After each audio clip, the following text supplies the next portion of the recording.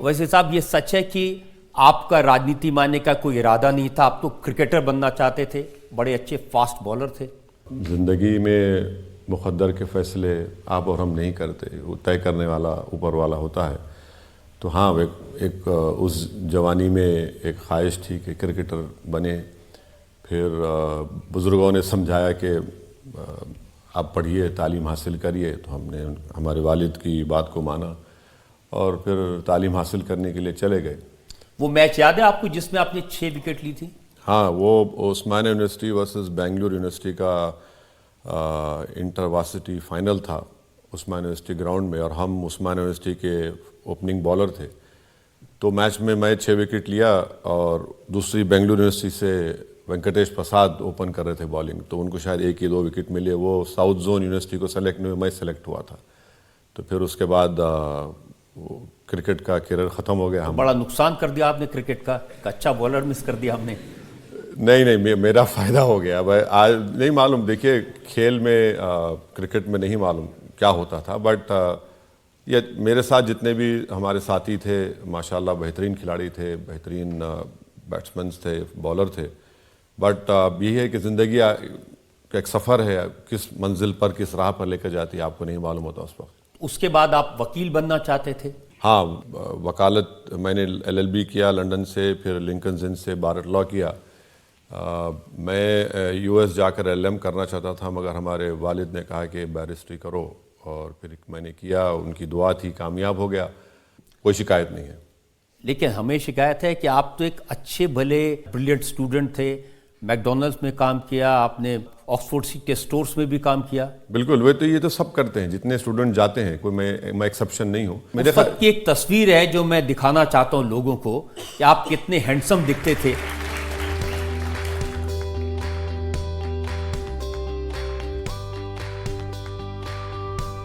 आज नहीं है, आज नहीं है। हैंडसम अब भी है, लेकिन अब आप सियासत के लिए ये टोपी, दाढ़ी, अचकन, पजामा? नहीं, ये सियासत के लिए नहीं है, ये एक हमारे हैदराबाद की एक तहजीब का हिस्सा है। मैं इसमें अपने आप को कंफर्टेबल महसूस करता हूँ कि सियासत के लिए नहीं पहनता हूँ मैं। लेकिन सियासत में आ कैसे गए आप? मैं जब वापस आया 94 में, तो उस वक्त हमारे वालिद और जो पार्टी के बड़े बड़े लोग थे, उन्होंने मुझे समझाया कि देखो, राजनीति में पढ़े लिखे लोगों की ज़रूरत है और तुम, अल्लाह ने आपको काबिल बनाया है, आप आइए पार्टी के लिए काम करिए, खिदमत करिए। जब हम इलेक्शन लड़े 94 में, मैं एक ही MLA जीता हमारे पार्टी से, सिंगल MLA था। तो वो 5 साल बड़ी मेहनत करना पड़ा। फिर 94 में MLA बना, फिर 96 में एक पार्लियामेंट इलेक्शन आ गया, आप थोड़ा सांस लिए। फिर 98 का एक पार्लियामेंट इलेक्शन आ गया, फिर 99 में एक और आ गया। तो उसमें क्या हुआ कि क्योंकि इस्लामिक कैलेंडर के लिहाज से मैं सफ़र के महीने में पैदा हुआ, तो मेरी माँ हमेशा शिकायत करती कि तुम घर में नहीं रहते। मतलब अम्मा, आपने सफ़र के महीने मुझे पैदा किया, तो इसी में चले हैं। तो सफ़र से सियासी सफ़र शुरू हो गया।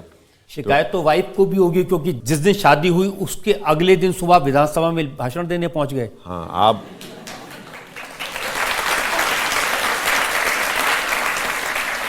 ये रजत जी, आपको पुराने ज़ख्म कुरेदने की बड़ी बुरी आदत है। आप अपने घर को चले जाएंगे वापस, मुझे भी जाना है। तो बाज़ ऐसी चीज़ें होती हैं कि घर में लोग नहीं भूलते, तो वो आपका एक वीक पॉइंट बन जाता है। आपको भी शायद कभी कभी इस्तेमाल करते होंगे आपके खिलाफ। बहुत ज़्यादा। हाँ जी, हाँ। एक दो सवाल हम ले सकते हैं अभी पब्लिक से, पूछिए। अभी UAE में एक बहुत बड़ा हिंदू मंदिर बना प्रधानमंत्री मोदी जी की मेहनत से, तो उस चीज़ से आप खुश हैं या नहीं? नहीं, ये तो UAE का बादशाह जिस दिन मैं बन जाऊंगा कुछ जवाब दे पाऊंगा।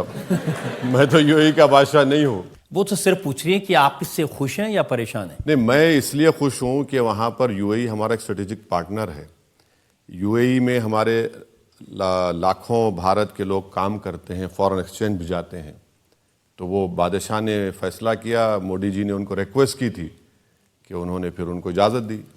तो अब दोनों कंट्रीज़ के रिलेशनशिप अच्छे होते हैं, तो बहुत अच्छा है, क्योंकि हमको बहुत बड़ा फॉरेन एक्सचेंज वहाँ से आता है, हमारा बहुत बड़ा ट्रेड पार्टनर है वो, और उनका इन्वेस्टमेंट है इंडिया में।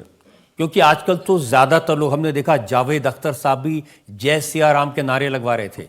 अच्छा, वो कब से मज़हब में बिलीव करना शुरू कर दिया? वो तो एथिस्ट है ना।